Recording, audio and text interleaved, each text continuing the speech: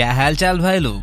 तो लोकी के episode number 3 में ही हू रिमेन्स को लेकर कुछ नई और शॉकिंग बातें मैंने नोटिस की है, लेकिन सवालों का सिलसिला अभी जारी है। जहां पर एपिसोड 3 हमें कुछ इम्पोर्टेंट सवालों के जवाब दे देता है, तो वहीं पर कुछ और सवाल हमारे सामने रख देता है। और हाँ, पिछले एपिसोड पर जो वीडियो मैंने बनाई थी उसमें मैंने तुम्हें बताया था कि शायद ही हू रिमेन्स ने रमोना रेंसलेयर को अपने पुराने वेरिएंट साइंटिस्ट के पास भेजा है, और लकीली मेरी थ्योरी सही निकली। रमोना और मिस मिनिट 1868 में शिकागो में सीक्रेट टाइमलाइन में जाकर विक्टर टाइमली के बचपन में उसे टीवी की गाइडलाइन बुक देती है। अब हेलो कैंग उनसे ऐसा क्यों करवाना चाहता था? ऐसे ही कुछ और इंटरेस्टिंग सवालों के बारे में आइए जानते हैं इस वीडियो में। इतिहास में अक्सर देखा गया है कि जब भी कोई बड़ा राजा अचानक से मरता है और उसका कोई सही वारिस नहीं होता, तो राजा के सबसे वफादार ही उसकी कुर्सी के लिए कुछ भी करने के लिए तैयार हो जाते हैं। टीवीए में बिल्कुल यही हो रहा है। ही हू रिमेन्स ने जिनको अपना सबसे वफादार समझा था, वही आज उसकी कुर्सी के लिए सब कुछ तबाह करने के लिए बिल्कुल तैयार है। टीवी अब बर्बाद होने पर तुला है, क्योंकि टेम्पल लूम की प्रॉब्लम अभी भी वैसी की वैसी है, और इसे ठीक करने की आखिरी उम्मीद है ही हू रिमेन्स का वो वेरिएंट जिसे रमोना और मिस मिनिट ने बचपन में ओरोबोरोस की बुक दी थी, क्योंकि सीक्रेट टाइमलाइन में उसे ये बुक दी गई थी। तो तभी से ही हू रिमेन्स के उस वेरिएंट की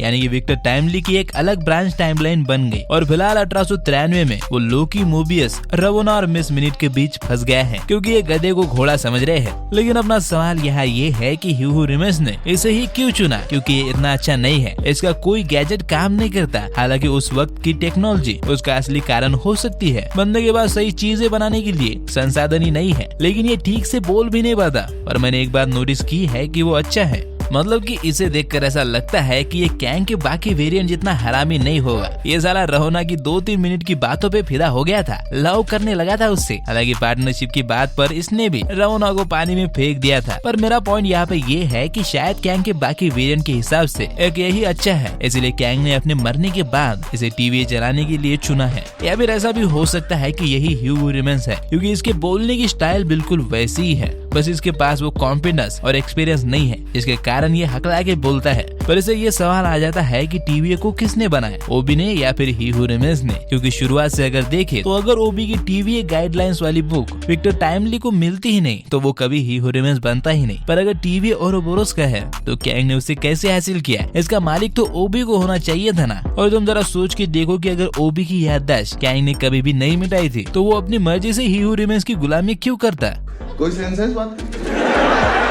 और ऐसा होने के सिर्फ 2 तरीके हैं। या तो ही हू रिमेन्स ने ओबी को धोखा देकर उसकी याददाश्त सिर्फ एक बार मिटाई और उसके बाद उसे टीवीए को संभालने का जिम्मा सौंप दिया, ये कहकर कि टीवीए कैंग ने बनाया है और वो सिर्फ यहाँ काम करता है। या फिर ओरोबोरोस सबसे कुछ छुपा रहा है, क्योंकि जितना मैंने कैंग को देखा है उसका हमेशा कोई बहुत बड़ा प्लान होता है, और अगर उसने हर बार ओबी की याददाश्त नहीं मिटाई, तो वो ये अच्छी तरह जानता है कि ओबी के बिना टीवीए नहीं चल सकता। और हर एपिसोड में ओरोबोरोस का कैरेक्टर और मिस्टीरियस होता जा रहा है। और पर्सनली मैं इसकी ओरिजिन स्टोरी को लेकर काफी ज्यादा क्यूरियस हूँ कि ये बंदा है कौन, कहाँ से आया है, और सबसे जरूरी बात, सदियों से ही हू रिमेन्स की गुलामी क्यों कर रहा है। मैं कसम से कह रहा हूँ, इन सब चीजों को जानने में बहुत मजा आने वाला है। सोचो अचानक से हमें पता चले कि असली कैंग द कॉन्कर यही बंदा है, यानी कि ही हू रिमेन्स का और एक वेरिएंट है जिसने असलियत में ये टीवी बनाया है। हालांकि सीजन 2 में हमें इसके बारे में कुछ पता नहीं चलेगा। मेरे हिसाब से सीजन 3 तक हमें वेट करना पड़ेगा। लेकिन दूर की बातें बाद में, अभी हमारे सामने ही हू रिमेन्स ही सबसे बड़ी गुत्थी बना हुआ है। ये बंदा क्या चाहता है ये जानना और भी मुश्किल हो गया है। अब मैं ऐसा इसीलिए कह रहा हूँ क्योंकि मिस मिनिट ने रमोना को तीसरे एपिसोड की शुरुआत में ही ये बता दिया था कि ही हू रिमेन्स को पहले ही पता चल गया था कि वो मरने वाला है। हाँ, वो ही सब लिखता है तो उसे तो पता होगा ही, पर सवाल ये है कि उसने बचने के लिए कुछ क्यों नहीं किया, वो मरना क्यों चाहता था। और फिर बाद में उसने एक ऐसे वेरिएंट पर टीवी को सौंप दिया जो पता नहीं इसे कैसे संभालेगा। और मैं ये बिल्कुल भी मानने को तैयार नहीं हूँ कि कैंग सदियों से राज करते करते थक गया था, वो बोर हो गया था, इसलिए उसने मरना चुना। ये बिल्कुल भी नहीं हो सकता, क्योंकि हर कैंग के वेरिएंट का एक ही मकसद है, पूरे ब्रह्मांड पर या फिर पूरे टाइमलाइन पर राज करना। और ऊपर से यहाँ इसके सबसे वफादार साथी इसके प्लान को फ्लॉप करने में लगे हुए हैं। एपिसोड 3 के लास्ट में रमोना लगभग टाइमली को प्रूव करने ही वाली थी। अगर सिल्वी समय पर नहीं आती तो टाइमली तो निकल लिए होते। और सोचो, मिस मिनिट को एक फिजिकल बॉडी चाहिए, साला इधर सिल्वी और लोकी का पैचअप नहीं हो रहा है, मोबियस रमोना को दाने डालकर थक चुका है, मछली जाल में फंसी नहीं रही है, और इधर एआई को जवानी चढ़ी है, वो भी ये ही हू रिमेन्स पर फिदा है। सोचो, दिल आया भी तो किस पर? इसे बनाने वाले पर ही। खैर, सबसे इंटरेस्टिंग सवाल लास्ट में है, जहाँ समय के अंत में ही हु रिमेन्स की बॉडी डिकम्पोज हो रही है और सिल्वी के रवोना को वहाँ फेंकने के बाद रवोना से मिस मिनट कहती है कि मुझे तुमसे जुड़ा एक राज पता है और उसे सुनकर तुम्हें बहुत गुस्सा आएगा। अब ये कौन सा राज है कहा नहीं जा सकता, पर इतना तो तय है कि ये राज ही हु रिमेन्स से जुड़ा हुआ है, क्योंकि हम सब जानते हैं कि ही हु रिमेन्स ने टीवीओ को बनाने के सफर में बहुत सारे लोगों के साथ बहुत कुछ गलत किया है, लेकिन उसने बाद में सभी की मेमोरी मिटाकर उन सबको टीवी में भर्ती कर दिया था। तो हो सकता है कि उसने रवोना के साथ भी कुछ बहुत गलत किया हो, लेकिन वो क्या है वो तो हमें एपिसोड 4 में ही शायद पता चलेगा। तो यहाँ अपने सवालों का सिलसिला आज के लिए फिलहाल खत्म होता है। मिलते हैं अगले एपिसोड में,